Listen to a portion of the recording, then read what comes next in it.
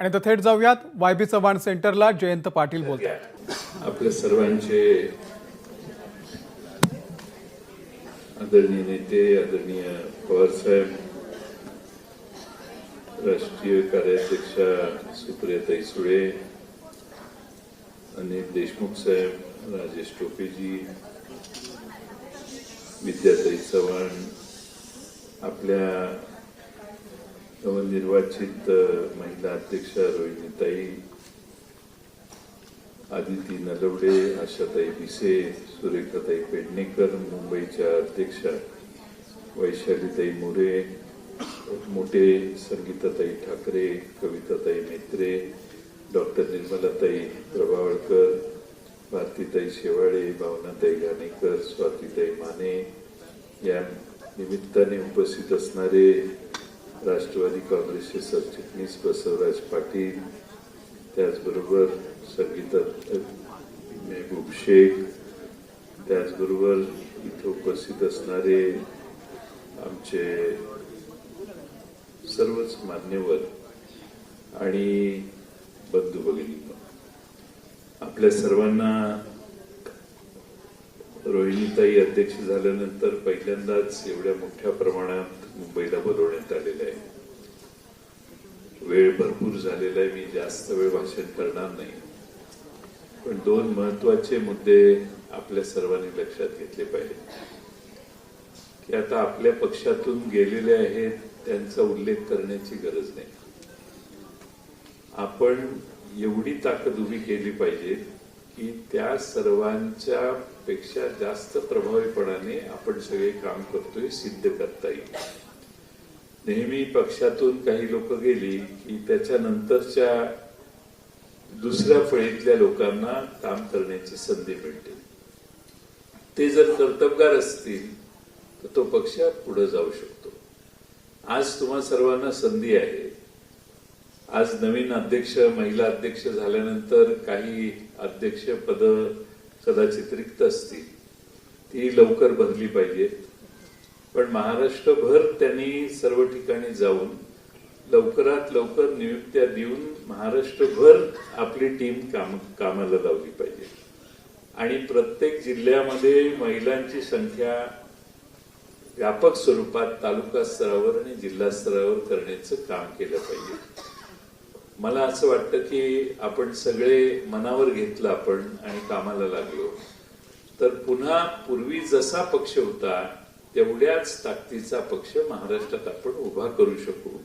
त्यामुळं जी लोक गेली त्यांच्याविषयी आता काही गेले ते गेले. आता संधी आहे नव्यानं, असं समजा पक्षाने कात टाकली आणि आता नव्या पद्धतीनं आपण आपला पक्ष उभा करू शकू. आणि म्हणून पहिला मुद्दा, आपण सर्वांनी प्रत्येक जिल्ह्यामध्ये ज्या महिला अध्यक्ष असतील, ज्या जिल्ह्यातून आलेल्या आहेत, ते जिल्ह्याचं आपलं युनिट जागेवर आहे का हे बघा. समजा एखादे तिथले जिल्हा अध्यक्षच गेले असतील तर तिथं नवीन लवकरात लवकर नियुक्ती करा. लवकरात लवकर ती कार्यकारिणी, तालुक्याच्या कार्यकारिण्या, तालुक्याचे अध्यक्ष, माझा असा अंदाज आहे की ज्या ठिकाणी 30-40 आमदार आपले जे आपल्या पक्षातून गेले तिथल्याच जागा फक्त मोकळ्या झालेल्या आहेत. बाकीचे कुठलाही पक्ष महाराष्ट्रात हललेला नाही. आणि त्यामुळं आपल्याला तात्काळ त्या कामाला लागलं पाहिजे. महाराष्ट्रामध्ये सुप्रियाताईंनी आता सांगितलं त्याप्रमाणे वेगवेगळ्या स्वरूपाची आंदोलनं आपल्याला आपण हातात घेऊन आपल्या संघर्षाला सुरुवात केली पाहिजे. महाराष्ट्रात महागाई, देशात महागाई काय आहे हे आपल्याला माहिती आहे.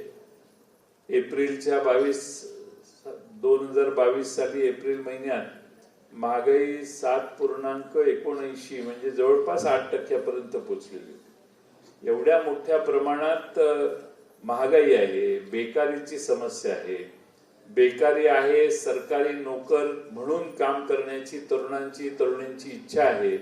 पण सरकार आता नोकर नेमण्याच्या ऐवजी कायमस्वरूपाचे कंत्राटी कामगार नेमायची भाषा बोलतोय.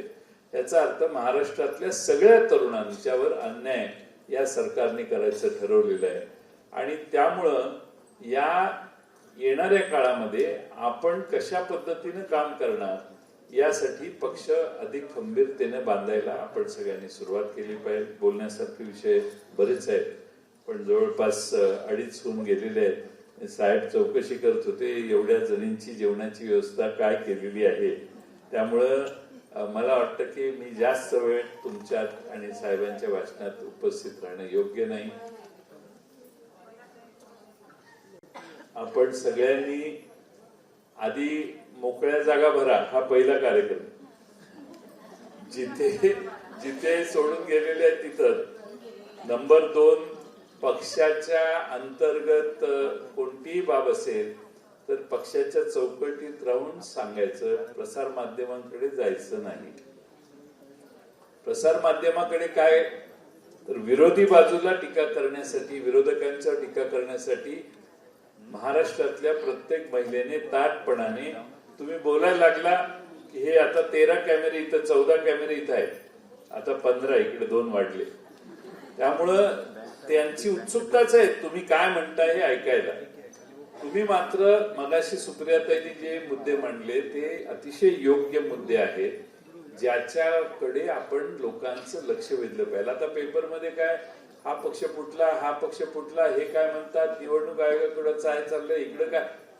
सगळ्यात महत्वाच्या मुद्द्यांची भारतात चर्चाच बंद झालेली.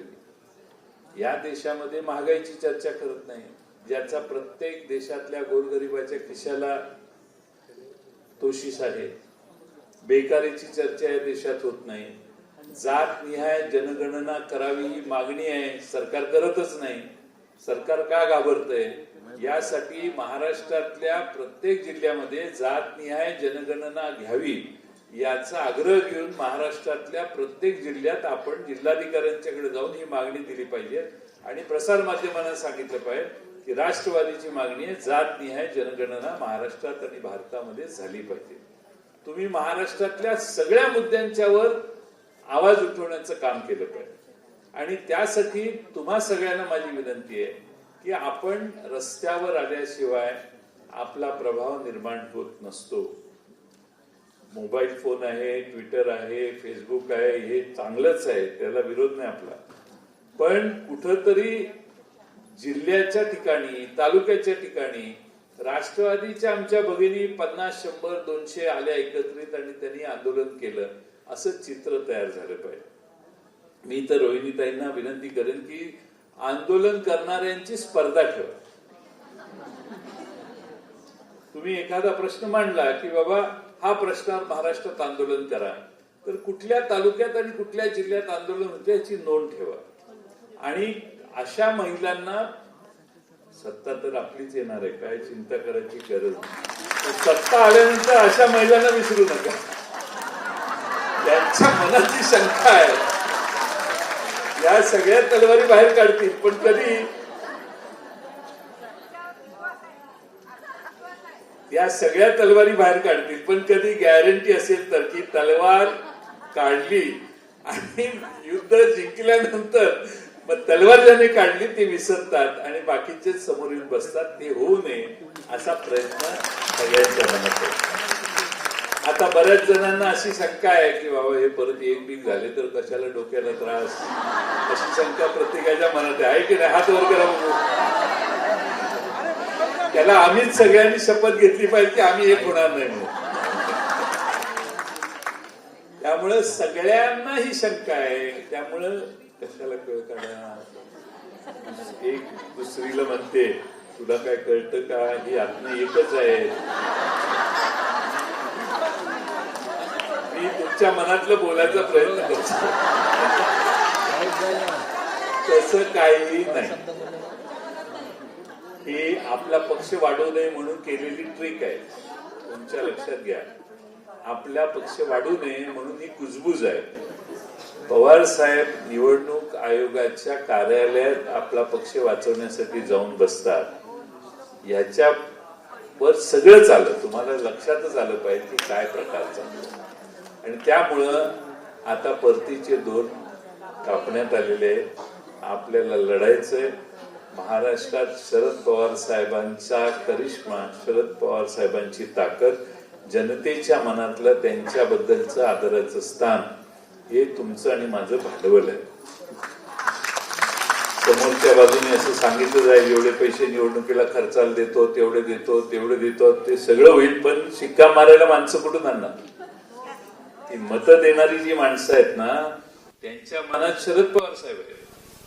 त्यामुळं शरद पवार साहेब जिथं उभा राहतील तिथं पक्ष राहील. आज निवडणुकीच्या साठी निवडणूक आयोगाच्या दारात आमची लढाई चालू आहे. निवडणुकीच्या आयोगाच्या दारात जी लढाई चालू आहे त्या ठिकाणी शरद पवार साहेबांच्या कार्यशैलीबद्दल भाष्य केलं जातं. 25 वर्ष ज्यांच्या कार्यशैलीमुळे तुम्हाला पदं मिळाली, तुम्ही मंत्री झाला, वेगळ्या पदावर पोचला, त्यांच्या कार्यशैलीला 25 वर्षानंतर आपण प्रश्नचिन्ह उभा करता. 25 वर्ष तुम्हाला त्यांच्या कार्यशैलीमुळे संधी मिळाली, त्याचं काय? शरद पवार साहेब हुकुमशाह आहेत. आता मगासपासून ते बसलेत, एकदाही म्हटले नाही की तू बोलू नकोस, तूच बोल, तू काय नाही, कोणीच आता बोलायचं नाही, मीच एकटा बोलणार. हुकुमशाचं शरद पवार साहेब हुकुमशाही मनमानीपणाने पक्ष चालवतात. मला तरी आम्हाला कुणालाच इथं बसलेलं आहे, एक जालना जिल्ह्यातला निर्णय घ्यायचा असेल तर एकट्या राजेश टोपेंना विचारल्याशिवाय आणि त्या जिल्ह्यातल्या जिल्हा अध्यक्ष आणि जिल्ह्यातल्या कार्यकर्त्यांना बोलवून चर्चा केल्याशिवाय तिथला प्रमुख निर्णय कधीच साहेबांनी घेतला नाही. लातूरला आता इथं अशातही विषय बसलेले आहेत. लातूर जिल्ह्याचा निर्णय करताना सगळ्यांना विचारणं आणि सगळ्यांना विश्वासात घेणं म्हणजे शरद पवार आहे. आणि आज शरद पवार साहेबांच्या कार्यशैलीवर तुम्ही प्रश्नचिन्ह विचारता. तुमच्या कार्यशैलीवर ज्या दिवशी प्रश्न आम्ही विचारायला लागू ना, त्यावेळी अवघड होईल. त्यामुळं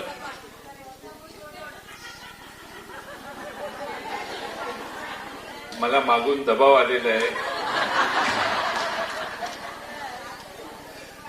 वेळ बराच झालेला आहे, पण लोकशाही मूल्य शरद पवार साहेब मानत नाहीत असं विधान करणं, या देशातली लोकशाही टिकावी म्हणून पडेल ती किंमत देईन, पण मी लोकशाही टिकवण्याच्या बाजूने उभा राहीन, हे आज शरद पवार साहेबांच्या कृतीनं साहेबांनी सिद्ध केलेलं आहे. आणि म्हणून माझी आपणाला विनंती आहे की आपण पूर्ण ताकदीनं कामाला लागा, जिल्ह्यात पक्ष उभा करा आणि ताकदीनं आपण भविष्य काळात या देशातला प्रभावी सर्वात नेता पवार साहेब आहेत आणि महाराष्ट्रात सर्वात प्रभावी पक्ष हा राष्ट्रवादी आहे हे सांगण्यासाठी, सिद्ध करण्यासाठी आपण कष्ट घ्यावून कामाला सुरुवात करा, एवढीच विनंती करतो. आणि आणखीन एक सांगतो, पक्षाच्या महिला अध्यक्षा तुमच्या जिल्ह्यात येतील त्यावेळी आता ह्या नवीन आहेत, ह्या अशा आहेत, तशा आहेत, एकदा पक्षाचा अध्यक्ष म्हटल्यावर विषय संपला. त्यामुळं त्यांना त्यांच्या जिल्ह्यातल्या मेळाव्याला, तालुक्यातल्या मेळाव्याला सगळ्यांनी झाडून हजर राहून त्या ठिकाणी त्यांच्या नेतृत्वाखाली महिला राष्ट्रवादी काँग्रेस प्रभावीपणानं काम करेल याची काळजी तुम्ही सगळ्यांनी घ्यावी, एवढीच विनंती करतो आणि माझे 2 शब्द पूर्ण करतो. एबीपी माझा, उघडा डोळे बघा नीट.